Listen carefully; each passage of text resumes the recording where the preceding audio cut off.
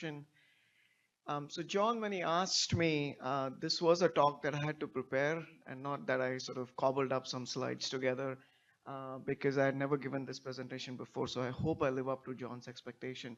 So what John wanted me to do was to sort of look at the diversity based on race and ethnic groups in driver genetic alterations and sort of decided to expand it briefly to also look at data regarding genetic susceptibility, at least in the African American patients. So my focus is going to be primarily regarding what data we have on actionable mutations in the different racial and ethnic groups. But very briefly, I was going to talk about genetic susceptibility data. So I thought a starting point would be to look at the smoking rates in the different racial and ethnic groups, at least in the United States. And as it's well known that the smoking rates actually between whites and blacks in the US, and this is CDC 2014 data, is quite similar. It's lower in individuals in Hispanics, higher in American Indians, and lower in American Asians. Now, when you look at the data regarding lung cancer incidence and mortality, particularly between Caucasians and African Americans, it has consistently been higher. Sorry. It has consistently been higher both in terms of incidence and in terms of mortality. And if you look at the 5-year survival, again, consistently higher among African American patients. Um, and somewhat increasing over the last few years. Now, there are a variety of reasons to explain this difference, but because of the difference noted both in terms of incidence and in terms of mortality, particularly in the context of the fact that the smoking rates are very similar in the population, there was always been a thought that there might be certain genetic predisposition among the African American population for development of lung cancer, as well as there has been a speculation that the genetic profile of tumors in African American patients may predict for worse prognosis. So when you come to data regarding genetic susceptibility, our molecular epidemiology group showed that when you look at the relative risk of lung cancer in first degree relatives of lung cancer patients, that the risk is higher in African American patients, both in the total population as well as in the younger patients. In fact, in the younger patients, the risk among first degree relatives is significantly higher among African American patients. So again, raising the possibility that there could be an increased genetic predisposition. However, this of course could be a common environmental exposure that could predict the higher risk. Now, as you know, there have been genome-wide association studies conducted. A high proportion of these studies, the high proportion of patients included, or other individuals included in these studies, were Caucasians. And there were several genes, particularly the SNPs in 15q25, that have shown an increased risk of developing of lung cancer. And this region codes for a couple of different nicotine receptors. We don't have as much data in African American patients, but our group has been involved in doing some limited SNP analysis in African American patients. A more detailed genome-wide association study is actually ongoing. And what they found was that yes, there was the similar the presence of this 15q25 among African Americans patients also increased the risk of lung cancer to the same degree as seen in Caucasians, but they did identify certain other SNPs, particularly in the region chromosome 2q31.1, which codes for a different nicotine receptor, actually the promoter of a different nicotine receptor as coded in the 15q25. So more data is needed in this regard. And as I mentioned, the genome-wide association study is ongoing, but there's a possibility that the gene profile that predicts for risk of lung cancer may be somewhat different in African American patients as compared to Caucasians in the United States. So the other aspect, which is the major focus of this presentation, is there a diversity in the mutation profile in tumors among African American patients and Caucasian patients? So our group did publish regarding this. So this data looked at analyzed tumors using the sequenome mass array platform. And this included 472 patients, tumors of 472 patients, 335 of European ancestry and 135 of African American patients. Um, as many of you know, sequenome includes about 26, at least the panel we used included 26 genes and 214 mutations in these sort of cancer-associated genes were analyzed. Hopefully, folks at the back can see this well. This is the baseline characteristics of the patients whose tumors were analyzed. And since the source of these tumors were from different studies, there is some differences with regards to things like histology. So there were more adenocarcinomas among the African American patients, more early stage disease among the Caucasian patients. So these are not exactly well matched. So the smoking history is fairly similar between the two groups.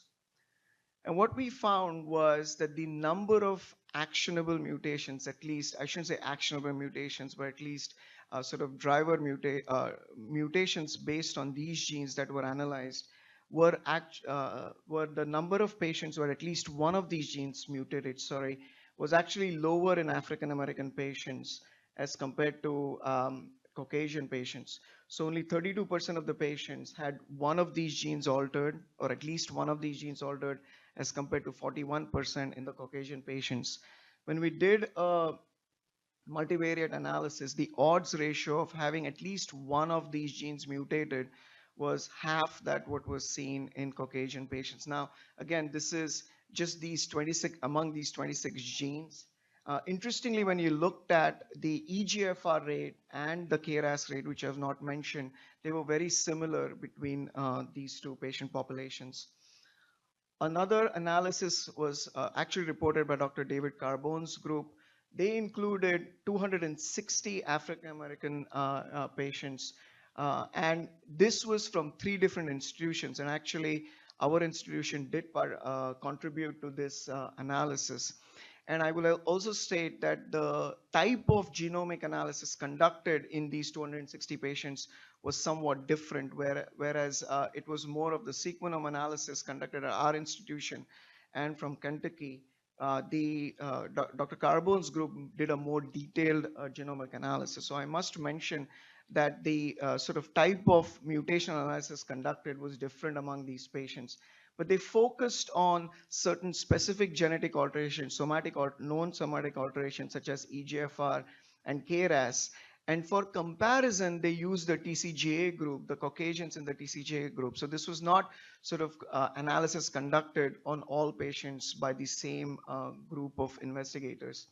And what they found was that, again, there was no difference with regards to EGFR or KRAS among African American patients and Caucasians. But when you looked at any driver mutation, and again, among the known driver mutations, when you looked at any driver mutation, there did appear to be a lower rate of detection of driver mutations among African American patients as compared to Caucasian patients. Now, one of the drawbacks of such analysis that I've already presented and some of the analysis that I'm going to present is that this is based on self-reporting of ethnicity. So there is clearly a significant, if I may say, mixing of populations within in United States. And so Dr. Carbone's group, among their patients, and there are 99 patients to the previous analysis that I showed, they looked at ancestry genes to assess if presence of certain ancestry genes either predicted for less or more of particular driver genetic mutations. So the triangle on the top, sort of your left, shows they looked at ancestry genes of African ancestry, European ancestry, and American Indian ancestry. And as expected among African American population, majority of them had sort of the African ancestry genes. And then the other 3 triangles show among patients with EGFR mutations, patients with KRAS mutations, or patients with any mutation, the distribution of the individuals who had mutations was quite similar to the overall population, suggesting that presence of specific genetic ancestry genes did not predict for a higher risk of driver genetic alterations, either specific driver genetic alterations or presence of driver genetic alterations. And so this may not be necessarily a reflection of self-reporting, but may be consistent with the ancestry of the individuals analyzed.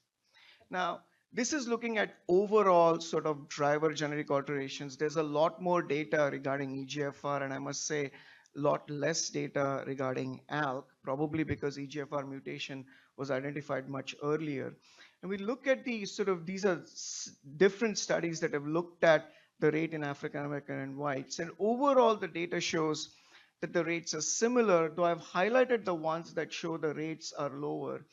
Part of it is that the number of patients included in an analysis is far less for African Americans than it was for the Caucasian patients.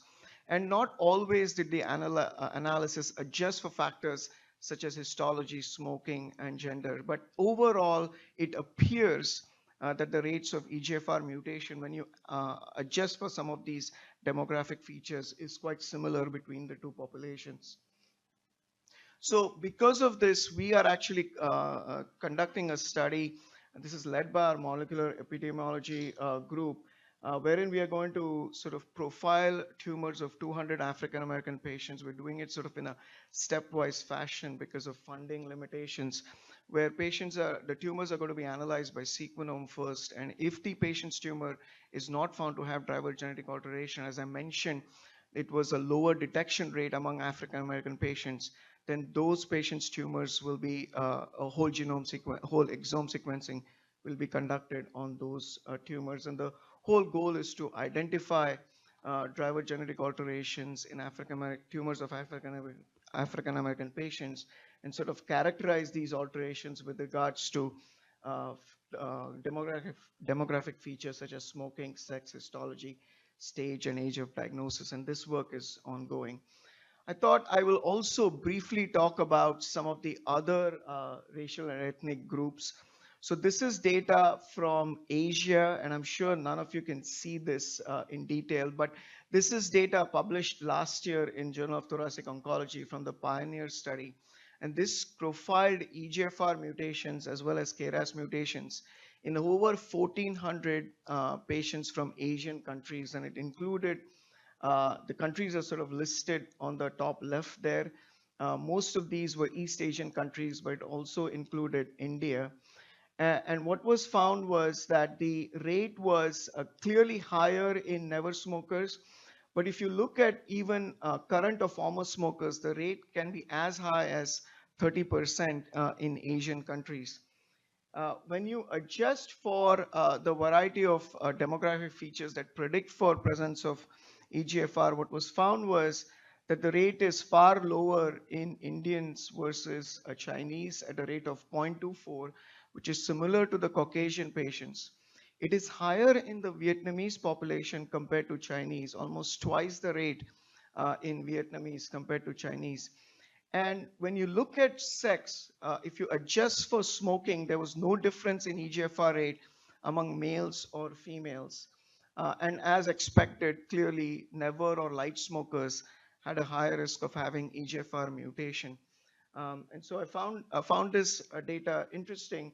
Also, I looked for data regarding US Asians, and the only data I came up with was from Dan Costa's group in Boston. This was published in Lung Cancer in 2013. And again, I'm sure you don't see this very well, but briefly, the red bars are of Asian patients.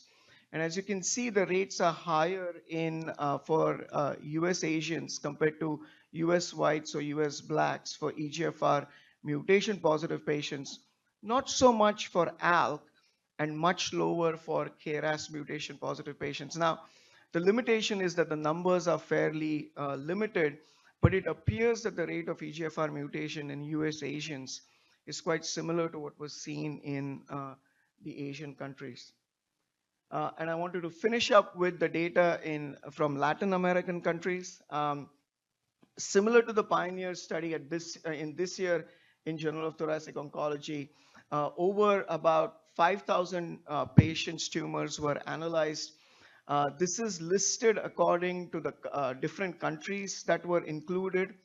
And this shows the EGFR mutation rate, and it varies as low as 15% in Argentina to as high as 50% in Peru. So there is a variability in the Latin American countries as well.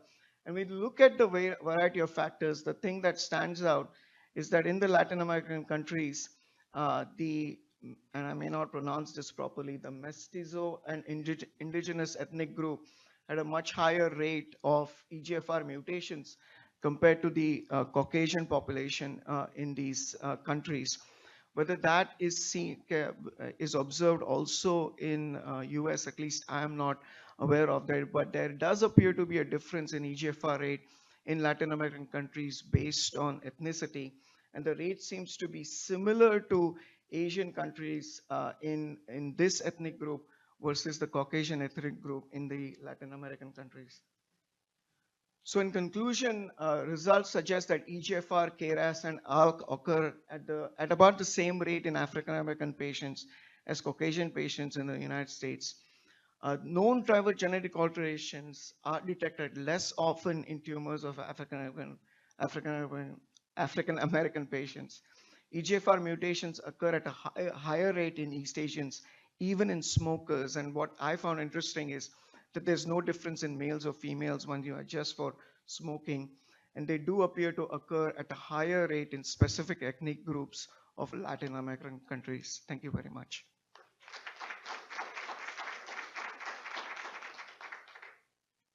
Shirish, is anything known about how patients with mutations respond across racial groups to targeted therapies? So as best as we know, at least if you look at EGFR mutation, it appears that the response rates are similar between Asians and Caucasians. If you're specifically asking about response rates in African Americans, personal experience, I don't know if there's specific data, but personal experience suggests that they respond about the same, but that's just personal observation. I'm not aware of specific data. So we looked at the LCMC database, and the numbers were relatively small, but it showed that the duration of benefit from targeted therapies were similar between Latinos, African Americans, and Caucasians. Yeah, it should be in print very soon. It's been accepted. Okay, thank you. So I thought I missed it.